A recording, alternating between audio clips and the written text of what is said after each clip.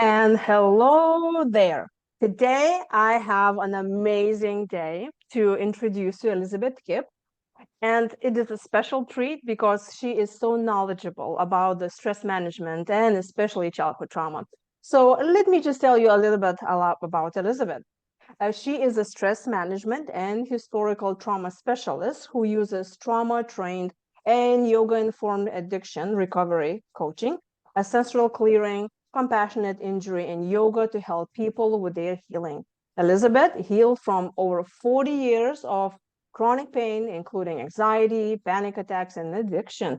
She now works to help others achieve the same healing for themselves that she experienced directly from the work that she teaches. So she is the best-selling author of as well of The Way Through the Chronic Pain Tools to Reclaim Your Healing Power. So welcome, Elizabeth. So excited to have you here. Well, thank you so much, Lily. It's great to be here. I love being able to share on this topic because it can be a place of hopelessness for people and feeling lost and disconnected and we don't know what to do, and maybe we don't even know it's possible to heal, right? That's true. It looks like a very fearful and lonely place. At least it definitely felt to me like that. And this month, I want to open up with the fear of abandonment. And I mean, there are plenty of things that the children that came from dysfunctional families have to deal with. But I realized for me was the fear of abandonment was the most painful topic because I just always constantly felt like I was abandoned. But I remember you mentioned that you also have addiction that touched your life. Would you care sharing a little bit about that? Oh yeah, sure. So I actually come from a family where my mom had undiagnosed mental illness, and she used alcohol to deal with it. So she had bipolar disorder, and that was she really, and that wasn't just alcohol. She really consumed sugar all day long, and as when she was awake, she consumed sugar. It wasn't just alcohol in the evening. It was, you know, straight up orange juice in the morning, and Coca-Cola and cinnamon candies, and it was just, yeah. Of course, nobody knew, you know, nobody knew at the time. We knew that she was unstable, but we didn't understand the influence that alcohol had, or sugar, which can make you, sugar itself can make the emotions, uh, you know, be very erratic and extreme. So I dealt with that, my brother and I, and we were also raised to be quiet and not emote and not show our emotions. So we started as little ones, suppressing our emotions. The problem with the fear of abandonment, the abandonment issue, at the core of that is that the primary caretaker for us is not present. They're just not present with us. And what happens what happens to us when that happens? We can get into that a little bit later, but I'm just saying my mom wasn't present with me, and my dad didn't protect her from us. And so, you know, that was an issue for us. He was a safe place, but he wasn't really a protector. so, uh, so anyway, so then I had an accident. So I had that, habit of suppressing my emotions, which that's a chronic pain thing right there. It's painful. um, and then when I was 14, I fell off a horse, and I landed on a rock, and I broke the fifth lumbar at the base of my spine, split it in two, and the front part of it slipped forward. And I was so used to chronic pain at that point that I didn't realize I'd really hurt myself, because I could get up and walk away. It hurt, but I could still walk. So I didn't really, I just went, okay, whatever. Yeah, we had a we were sports people in my family, and so the motto there was no pain, no gain. So I kind of just brushed it off. 28 years, that sort of, yeah, 14 years later, that slip became quite unstable, and I had to have surgery.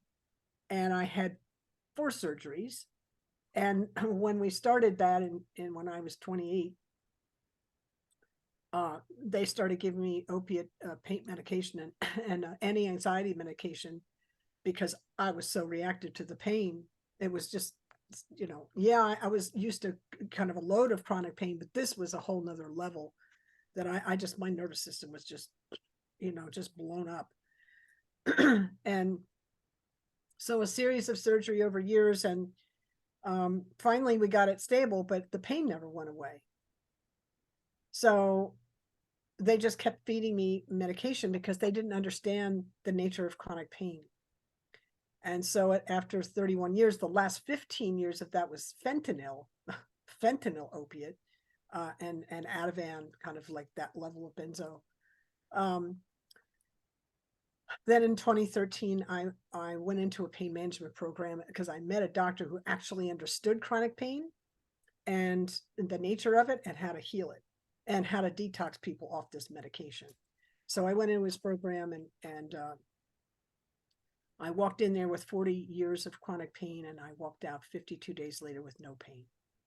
Wow, And it that's wasn't just, yeah, and it wasn't just me. He had a 94% success rate in that program. wow. That's Yeah. impressive. That just shows how much is really not about medication. It's all about here. That's right there. Yeah, it was about the changes that chronic pain brings to the brain, and the medications don't do anything but make that worse. So that was just kind of a misunderstanding with the doctors that I was dealing with prior to meeting this guy. He wrote a book, my doctor, Dr. Peter Prescott, Conquer Chronic Pain, an Innovative Mind Body Approach, which explains chronic pain and how to heal it. There's exercises in the back of the book that I helped him write because I'd done them before, and I've done all those exercises. It's an amazing book. And then there's this one, The Way Through Chronic, that I wrote, The Way Through Chronic Pain, Tools to Reclaim Your Healing Power. And why am I bringing that in here? Because chronic pain is any pain, physical, mental, emotional, spiritual, even financial. Any pain we feel for 15 days out of 30 for 3 months or more is chronic. The brain, the body can't tell the difference between a broken bone and a broken heart. It sends the same signal, it hurts. And that's an issue because, as I said, the brain is fundamentally changed by chronic pain. Our stress response gets out of balance. This is an example of fear of abandonment, shows up as, chronic pain. The stress response is we're hypervigilant all the time. That's a stress response out of balance. We can't think straight. We have kind of brain fog, and we have a pronounced negative mind. We already have a little bit of a negative bias, but in our space that we're talking about, we're like, everybody else is bad, I'm bad. It's like, there's no self-esteem. It's quite accentuated. So, for me, it was like, all those years, the doctor said, well, you won't get better. This is all we've got for you. Get used to it. I knew they were telling me more about the limitation of their model that they were working under than they were telling me about the body's ability to heal. I just needed to keep looking for the answer, and I was grateful that I did. But when I found that there were tools, I was like, yes, this is great. There's tools. And as for any tools, you see, you did the right thing. You actually use the tools. I tell a lot of my clients, I said, just because I tell you what to do, it really depends on you. You need to go actually do it. It's like buying a cookbook. You can buy a cookbook, but the dinner is not going to appear magically on your dinner just because you have the tools how to do it. So that's the key. And I noticed that a lot of people, even if they do the tools, they always have this belief inside themselves, especially if they have very low self-esteem, that they think it's not going to help.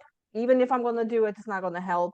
So it's like that's going back to that pain, that's the emotional pain that you actually need to heal, because that hinders the success in anything that you do.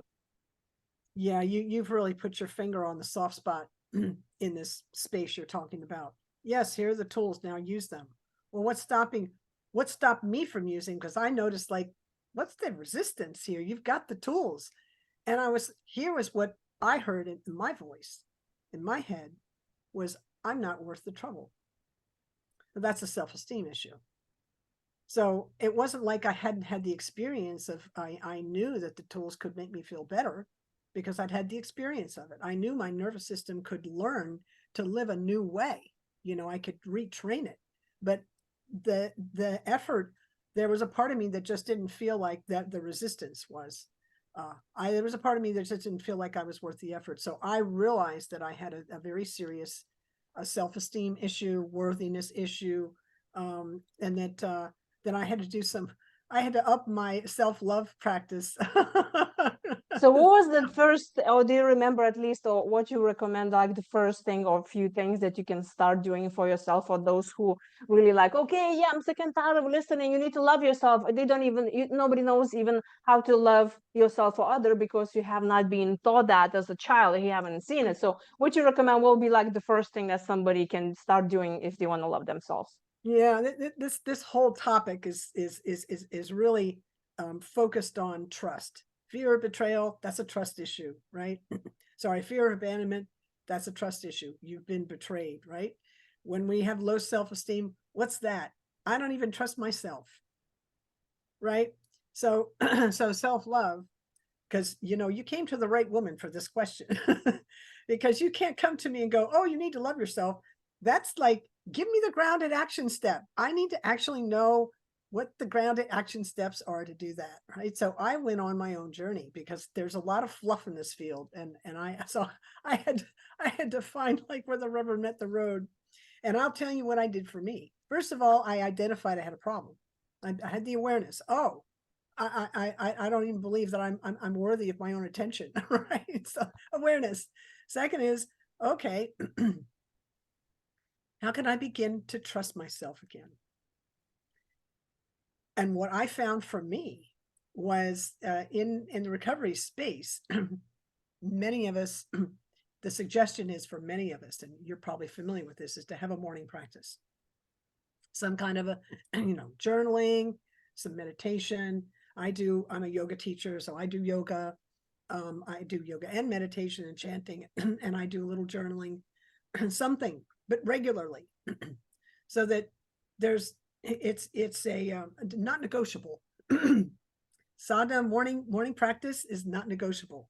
And so when I wake up in the morning and my body's like, oh, I got to do this thing. First of all, I'm well enough to do this thing, because for a long time I wasn't.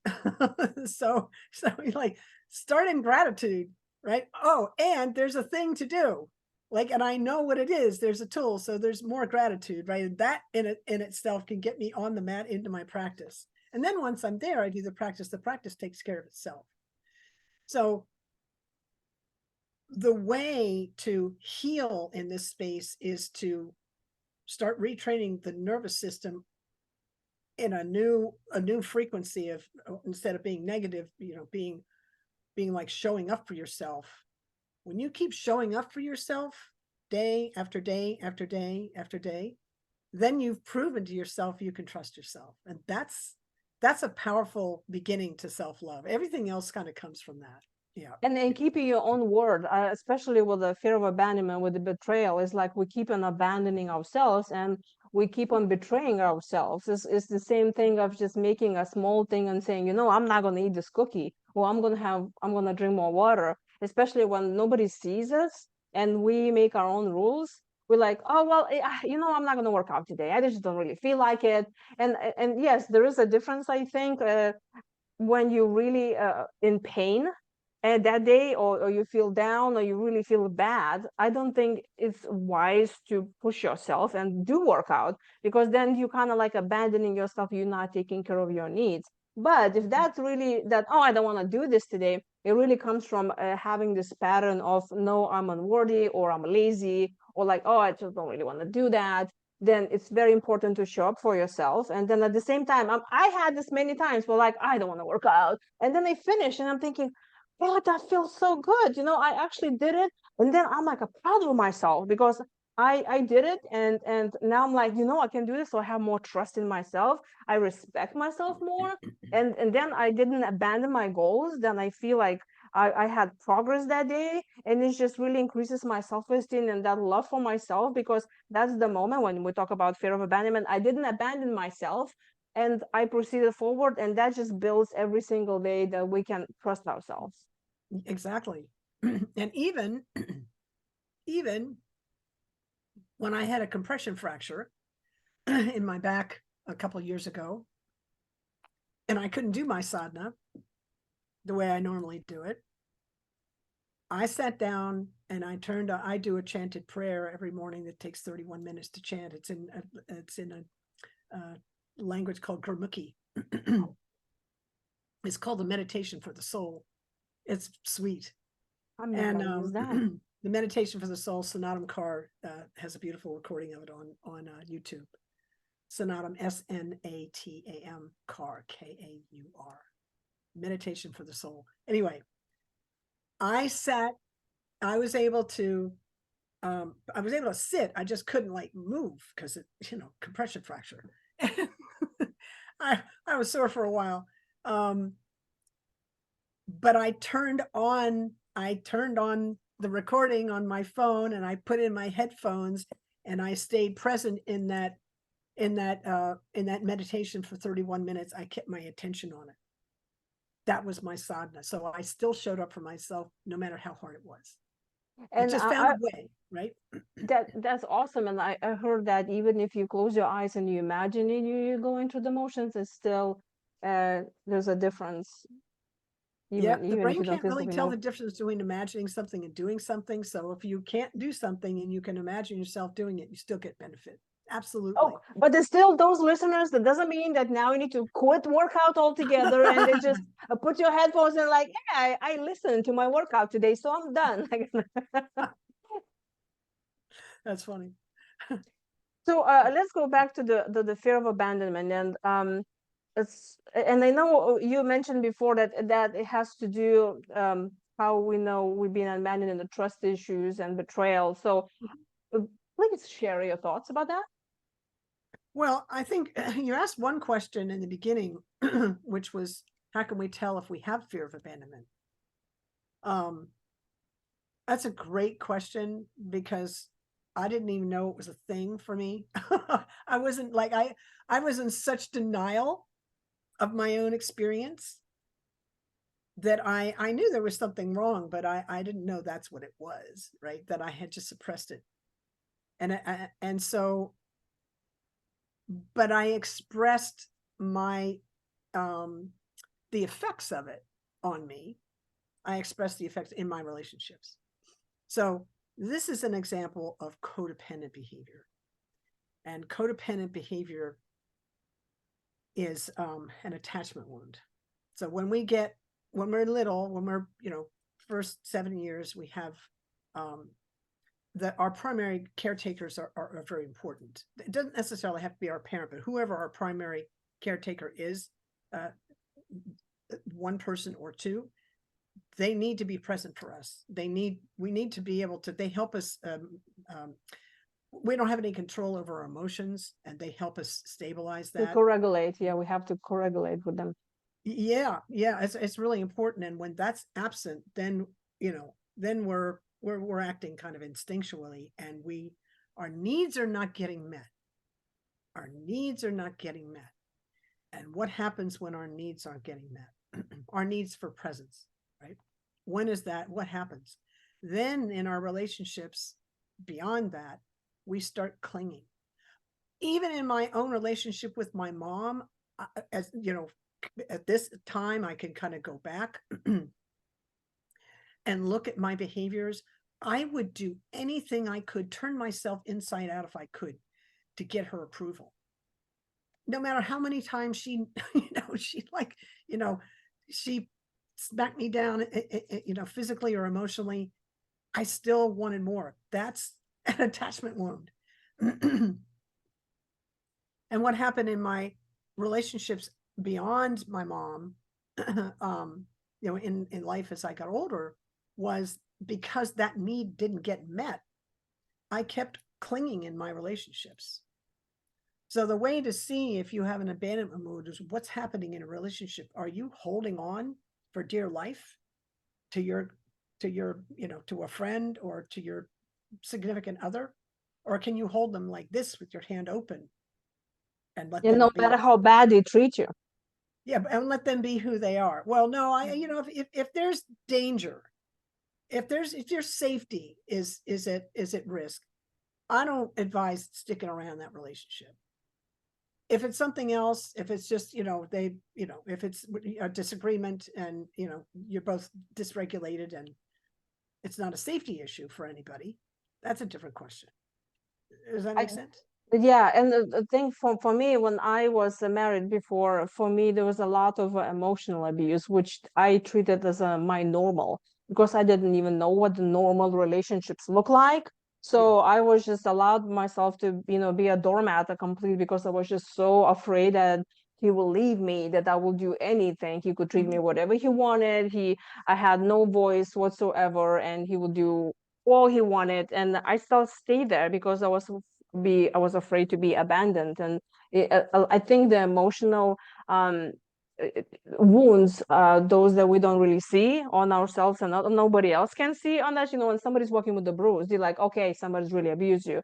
But when you're being abused emotionally or verbally, you don't see that. And especially if you learn from a childhood that no matter how you feel, it doesn't matter. You just have to power through it. You in pain, who cares? You're just gonna, and somehow enduring pain is virtue in our society. Like, oh yeah, I can do this, and we're struggling so much. This is awesome. Like, no, it's making us sick, physically sick, and we die. Yeah. Yeah. So true. You've also touched upon another really foundational understanding of relationship in this space. As children and as really just humans, we really want to be authentic, but if there's a choice between authenticity and attachment, we'll attach. And that attachment can be unhealthy. If we can't be authentic, then, we're going to choose attachment over our authenticity. So this is why we get the problem that we have, right? And this is why awareness is so important. The other thing I'd like to say in this space is, because we're talking about trauma, and trauma, the beautiful definition that Gabor Mate brought in was, trauma is not what happens, is not what happens to you. It's what happens inside of you because of what happens to you. And what happens inside of you? We disconnect. We disconnect from our authentic selves, like I just talked. We disconnect from others because we can't share our experience, and we've had some kind of trauma that we're protecting. You can't protect and connect at the same time. It just doesn't work like that. And we disconnect from, we get disconnected from source, from creative, whatever you want to call the God energy, the infinite, or whatever you want to call. We get disconnected from that. We become very isolated, right? So this topic that you're talking about, the fear of abandonment, is a trauma, and it remains, as long as it remains unresolved and unhealed, we're going to be in protection mode, and connection is going to be tenuous at best, and it's going to be like this, holding on for dear life, right? Instead of, yeah. So where do we start to heal? Yeah. So great. So so I happen to be, I said all those things, and you mentioned what my resume was, and underneath all that, under the stress management piece, I'm also a betrayal coach, and Debbie Silber, Dr. Debbie Silber is, how Brene Brown is like the master in the vulnerability space. Debbie Silber is the master in the betrayal space, and I'm one of her betrayal coaches. She's got about a dozen of us. And she is a platform for people that, need to heal from that specific thing.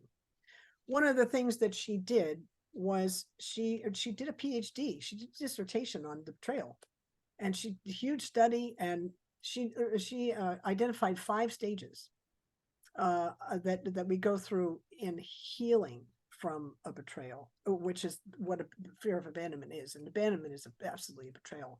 And if I can, I'd love to share some slides and kind of go through that, if that's okay.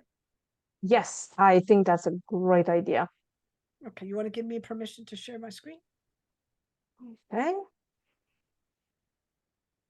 Okay. Did that work? Yep, hang on. Now let me know if you can see that.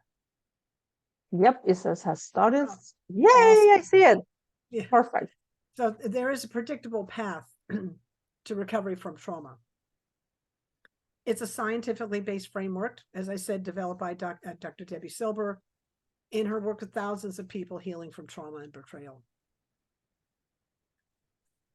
She identified 5 stages of healing. And if you're aware of these stages and make a decision to do the work to move through them, your healing is predictable. We know what happens physically, mentally, and emotionally at every one of these stages, and we know what it takes to move from one stage to the next. The first stage is the setup. We've had the experience of being abandoned, betrayed, and we're doing and thinking more than we're being in a feeling, being, or spiritual state. And there's a lack of balance between these two. In this space at the setup, when we've just had the experience, it's fresh, we ignore our gut instinct that something's wrong, and we focus on the physical and mental more than the emotional and spiritual. This would be where I would deny. This is where my denial would come in, right? It'd be like, oh, somebody just betrayed me, and it doesn't feel as bad as I think it does. I'll just really deny I'll probably won't be able to eat and sleep, and I'll be shaking and stuff, but I won't admit to myself the emotional part, right? Yeah. That's just kind of what happens at stage 1. Stage 2, you're blindsided. It's a breakdown stage.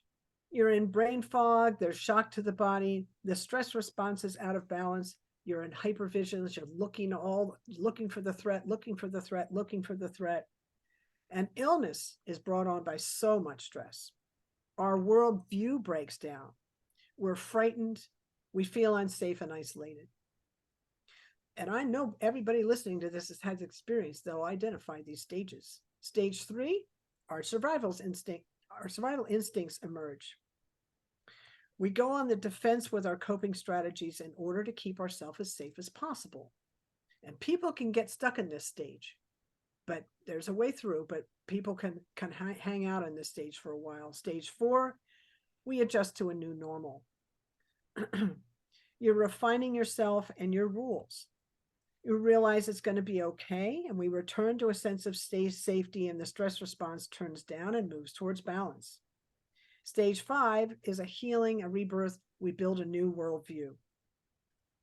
The stress response gets normalized. Healing and balance are restored between thinking, doing, feeling, and being. We experience post-traumatic growth, which is not only being able to recover from the trauma, but emerging from it with a renewed sense of purpose, meaning in life, and sense of fulfillment.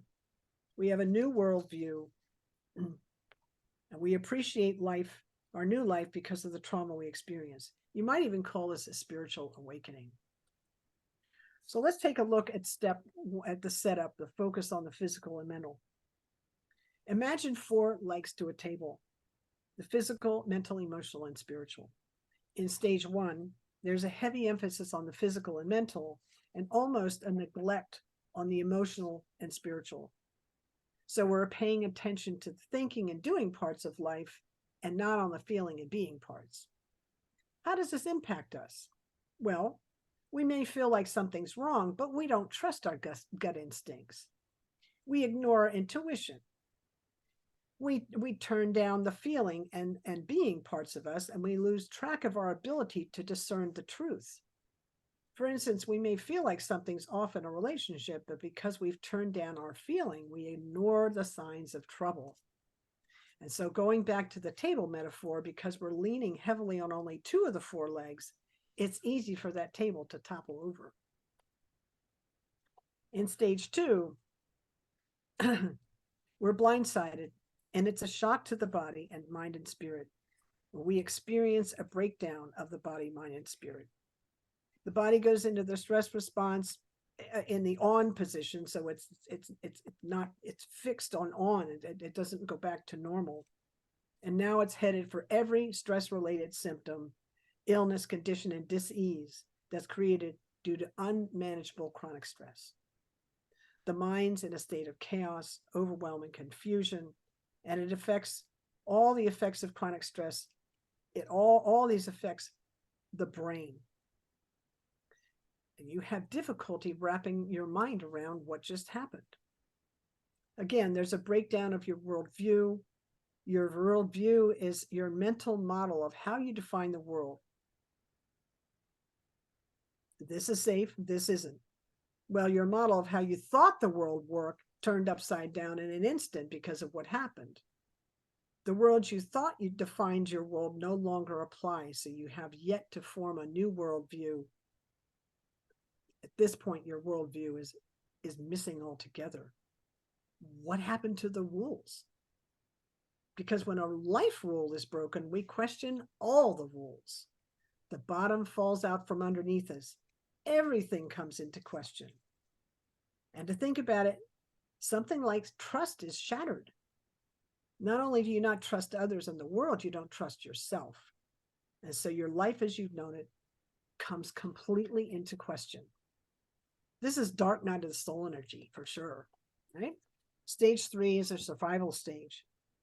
If the bottom fell out from underneath your whole world, wouldn't you grab onto anything you could in order to survive? This is what stage 3 is all about. Be careful here because we can get stuck in this stage. This is the most practical stage. It's like, if you can't help me, get out of my way. And how will I survive this experience? How do I move through it? Some of the things we do in stage 3 are ways to numb, avoid, and distract ourselves, such as using drugs, alcohol, and other addictive patterns. This keeps us looking away from ourselves, away from the deep hurt we're feeling. When we're here for too long, we get used to it and start believing we belong here. We start to believe the negative mind that comes with the chronic stress. We start to think, oh, maybe I deserve this, or maybe I'm not worthy of being loved, or 1,000 other negative thoughts the mind can bring in. We're so stressed. There are also some benefits to the stage. Otherwise, we wouldn't be so susceptible to getting stuck in it. We get to be right.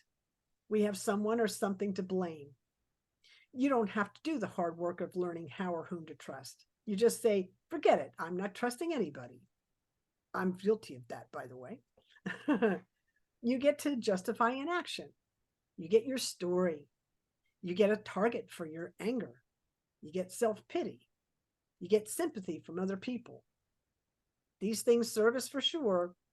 We have to go through this stage to experience these things.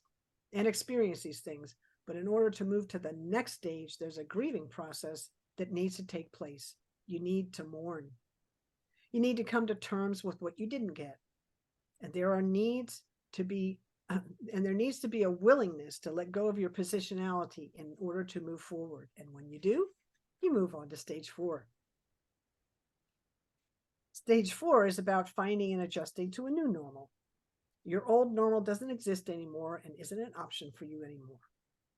If you ever moved into a new apartment or house, you don't have your things in yet. It doesn't feel like a home yet, but you know it's going to be okay.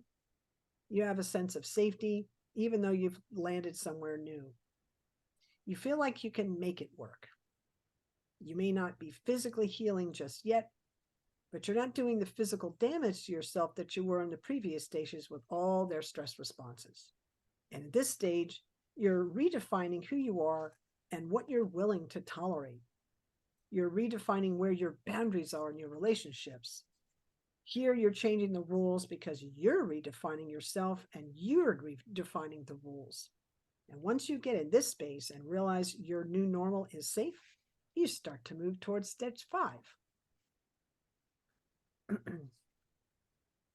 Here are some common symptoms when you're actively healing your trauma. Major fatigue, digestive upset, dissociation, wanting lots of alone time, badly craving to be with people who get you and see you, tension and pain in the body, and a myriad of emotions and sensations coursing through your body. In stage 5, we have a healing, a rebirth, and a new worldview. Healing in this place is beautiful and challenging. This journey can only take you higher and higher, and healing gets easier. In this stage, your body starts to heal. You may have been able to bring the stress response back into balance. In the previous stages, You didn't have the bandwidth for self-love or self-care. You weren't concerned about eating well or exercising because you were busy surviving. Now you have the bandwidth for it. You want to treat yourself well. Your mind starts to heal. You're making sense and meaning out of your experience, and you have a new worldview based on what you've been through and based on the new set of rules that you've laid out based on what you know now. You give yourself some time to rest. You acknowledge the pain you're going through. You can share with those you know can meet you where you are. You learn to trust yourself, not just in the mind, but as a felt experience in the body. And to go back to the table metaphor that we started with, the one where you're leaning heavily on only two legs, the physical and the mental, well, now we're solidly grounded because we're paying attention to the emotional and spiritual legs as well. So there's a difference between hoping you will heal and having strategies and tools to rely on, knowing that there are predictable stages of recovery. I'm just going to share with you one more slide, a couple more slides here. Trauma is the setup for transformation. A friend of mine once said, pain is the currency of transformation. Be careful how you spend it. I'd love to ask you, do you recognize any of these stages? And now I'm going to stop sharing. Yeah. Pardon me? Yeah, you know, when I was looking through this and I was like, yeah, I know exactly what you're talking about. And I totally can see how we can get like stuck in the survival mode there, because in a way it's like we justify what's being done to us and we feel more accepted. So I think if in my childhood I didn't get enough of attention and emotional support, and then I feel like I'm not getting it, and there's this fear of abandonment, and all of this separation keeps on going. I feel, oh, I'm not deserving, you know, I have low self-esteem about that. And then I kind of justify, like, yeah, you know, I didn't get all the love and attention from my caregivers, from my parents, because I'm deserving, and so I'm just gonna be feeling this pity, and in a way, I will kind of become who I think they see me. So then when I'm feeling so pity and stuck in the survival and the hopelessness, I feel like, well, this is well, they were right, because I cannot really move on and I cannot heal. So, and they were thinking that I'm kind of like less to begin with, so I'm going to be less, and maybe that's how I will please them, and maybe they will pay attention to me now. So it's like you can go either way, but you're still going to find a way how to justify you being abused or neglected, and still it's going to be all of that. It's all about the survival, that you want to do whatever they tell you to, so they will not abandon you. So yeah, you can really can justify yourself sitting in that circle forever, which it's serving you, by thinking that's how you survive. Yeah, you can, but you're not going to evolve from that space. Um, and also, you're going to be holding on for dear life in your relationships, and that's not healthy for anybody. So And ultimately, as you said in the very beginning, we put ourselves in this chronic stress space, and then it makes us sick. when we like, if I learn from my parents that they don't know how to manage emotions, and they most of the time we deal with generational trauma, I think, because we learn from our parents will learn from their parents, and it goes through generations. We just know how to deal with that, you know. I remember there was a story about this a granddaughter asked her mom.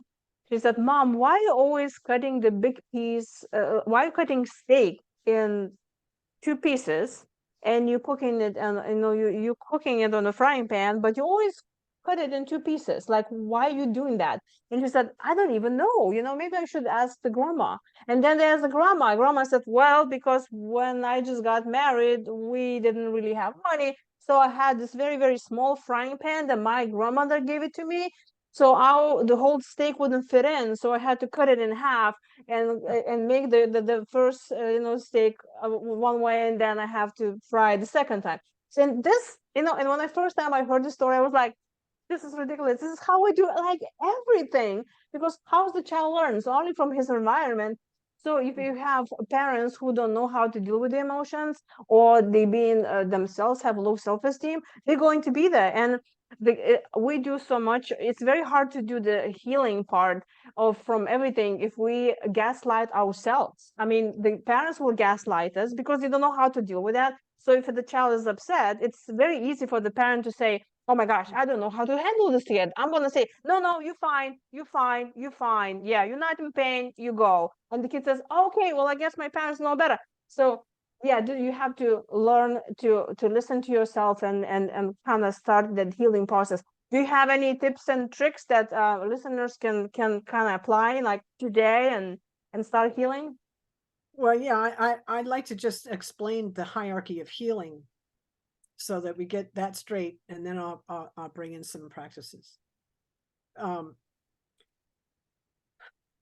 So we got to start with the nervous system. The concept of the healing, a hierarchy of healing. Dr. Bruce Perry, who's a trauma expert,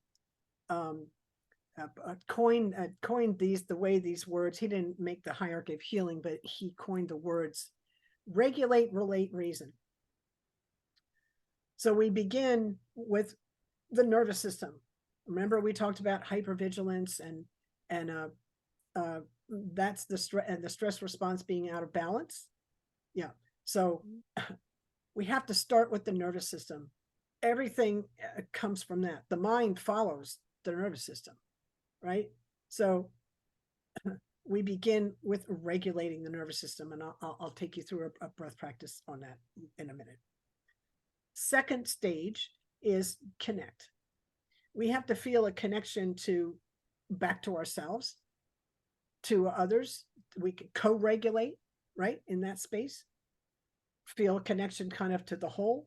Remember, we talked about trauma isn't what happened to you, it's what happens inside of you because of what happened to you and the disconnection.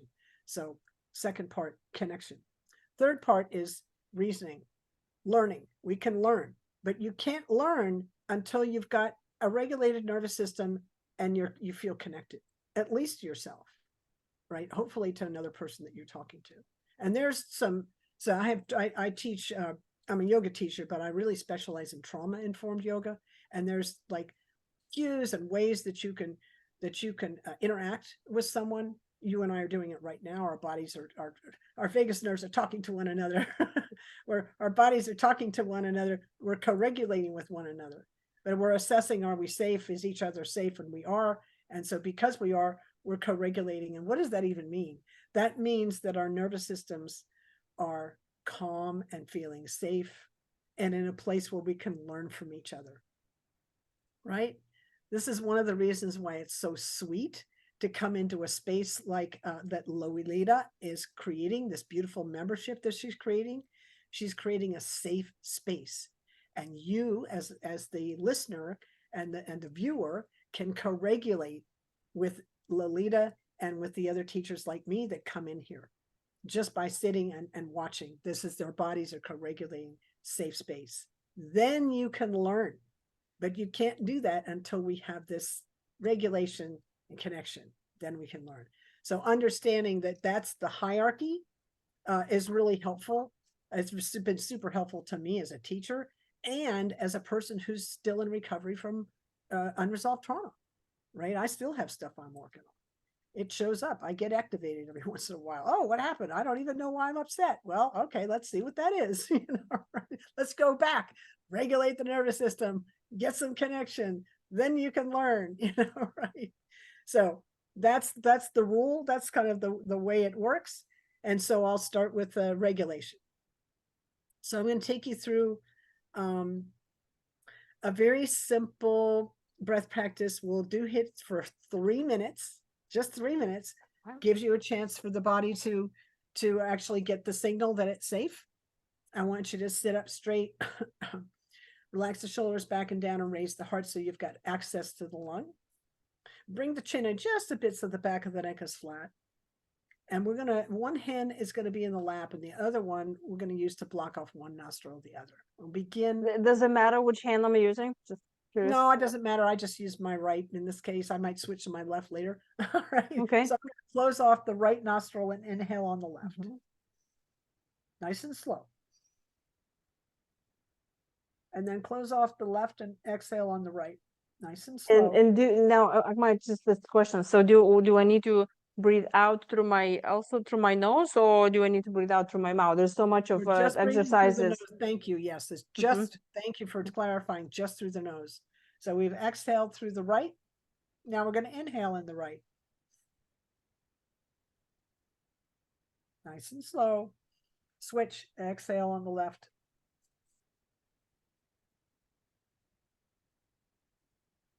Inhale on the left.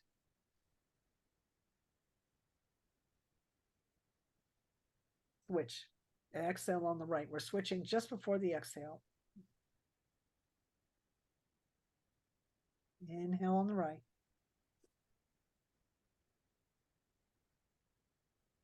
Switch, exhale on the left.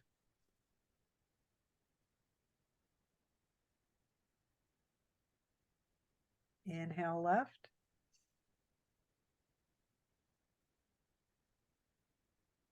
Switch, exhale right.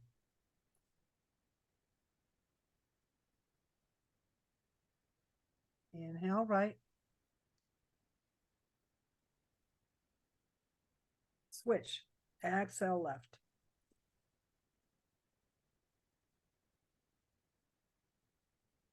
Inhale left. Switch, exhale right.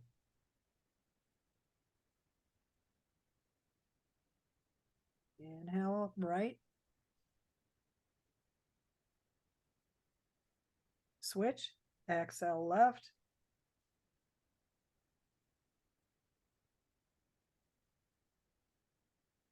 And inhale left.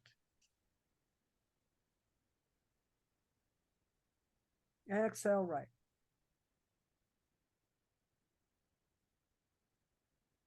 Inhale right.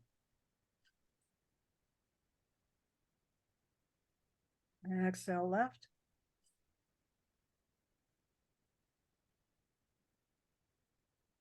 Inhale left. Switch, exhale right. Inhale right. Switch, exhale left. Inhale left. Switch, exhale right. Bring your hand down, inhale through both nostrils. Relax the breath on the exhale. Just notice how that feels. Keep your attention on the inside, just noticing how that feels.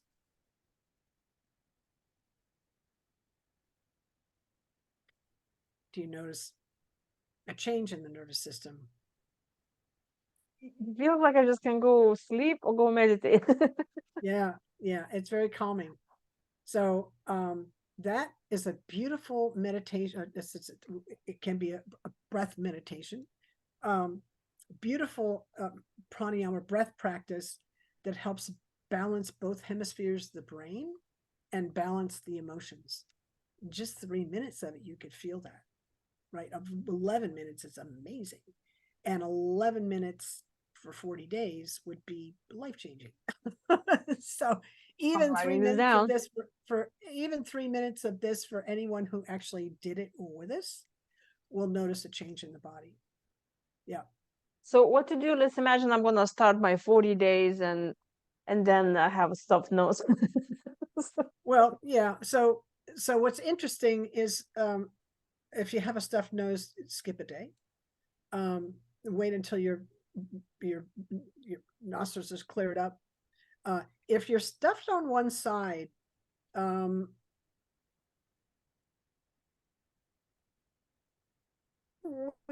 wouldn't really advise it this way. I wouldn't advise this way. I'd actually just advise long, deep breathing, and whichever side is open, but through the nose.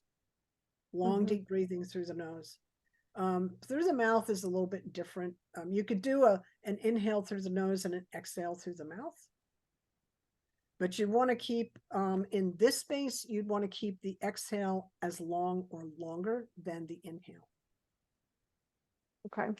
Just make sure What that, about the deep breathing as well? Like you really breathe yeah, deeply. yeah. So, just really quickly, for those of you that don't know, the alveoli that, where we exchange gases in the lungs are at mostly over 50% of them are in the base of the lung.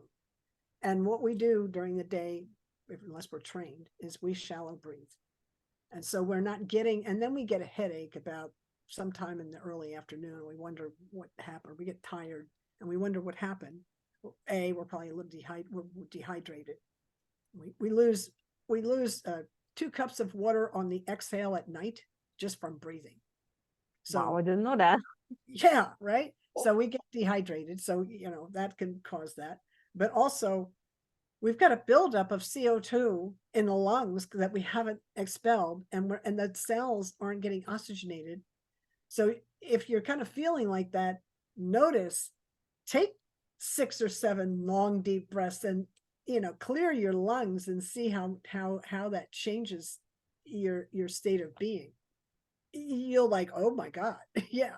So we're not taught, this is something that really ought to be taught at the, pre-kindergarten level. We're not, but here we are, we're learning it now. All right. So really important to do the breath work. The long, deep breathing is just it's just so important. There's so many things that are connected into the breath. Okay, so that's a great practice to do every day. What do you recommend any tips or tricks to do when, let's say, somebody is getting triggered with childhood trauma and they get into this anxious and stressful situation? Yeah. Do you have any tips? Yeah. Long left nostril breathing only. Okay. 3 minutes, left nostril breathing, long, slow. And why? Because when we breathe in just the left side, it stimulates the calming center in the brain. Yeah, when we breathe in the right side, it stimulates the energizing center. So the left side, yeah. Calming, left calming, the right energizing. So Yeah. if I'm feeling falling asleep at the desk, and I just do the right breathing. Right side. Yeah. And if I'm in traffic, I'm going to breathe through my left. I'm going to cover the left. Yeah. So Okay. if you're anxious, Breathing to the left. Left nostril breathing. Now we just did alternate nostril breathing. We breathe through both sides alternately, and that's why it's a balancer. We balance the calm and the energy together, right? It's also, by the way, that alternate nostril breathing is also good for migraines. I'm not saying like it's for sure a cure, but we often find that by doing alternate nostril breathing, a migraine can disappear. So that's kind of fun. It's an old yoga. This is old yoga stuff. It's amazing how many things naturally that we can do, but instead of that, we just take a pill and then we're wondering how come we're still sick. Yeah, well, we're not getting to the root. Then that's a different kind of work. But I love that you shared that you shared such as looks like such a simple. And I think that there's so many of us, or at least I used to believe, like, well, if it doesn't take so much hard work, then it's not gonna work. And like, what you mean, the breathing is gonna help me? But like, just try, like just try and see how that works. And that's going back to self-trust is when you start doing something simple and then you see it actually works, then you start building on that, and it's really can bring great results. Small steps done repeatedly over time leads to progress. I am so agree with that. So we're getting close to the end. Is there anything that you would like to add that our listeners should know about fear of Well, I'd abandonment? like And to say, yeah, thank you for asking the question, and thank you for asking me in. Yeah, the greatest healer in our life, in your life, lives within, right within you. The doctor can set a bone and stitch up a wound, but can't tell the body how to heal. The body knows that. So we don't want to be, I give 20% of the responsibility for my healing, I give to the entire medical world, all of it, right? The other 80% is between me and the inner intelligence, me and whatever that created all of this, that's inside of me. Yeah. That's how I do that. And we just need to start trusting ourselves and listening to ourselves and do little things here and there that we can see that it works, that we can help ourselves, and then we really can have this trust to move forward to healing. And then the more we heal, then we more heal other parts of ourselves that has to do not only with physical pain, but also with relationships, how we relate to other people, our success in life, how much we can achieve goals. And there's lots of people like, well, I'm sick because I have to work so much because I'm not making enough money. It's like, you probably sick because you have a childhood trauma. You think you not deserve more, and you're making less money because it's all of this, all related. So little things that has to do with, like you said, with 80% of yourself, how you see yourself, how you heal yourself, the respect, and this is all, it starts there. Well, I am just so happy, and thank you so much for being here today. And I will leave all of your information. The listeners can find you, your book, and your websites. I'm gonna leave all of that in the description below. And Elizabeth, thank you so much for being here today. Oh, thank you. It was my pleasure. And take care. So.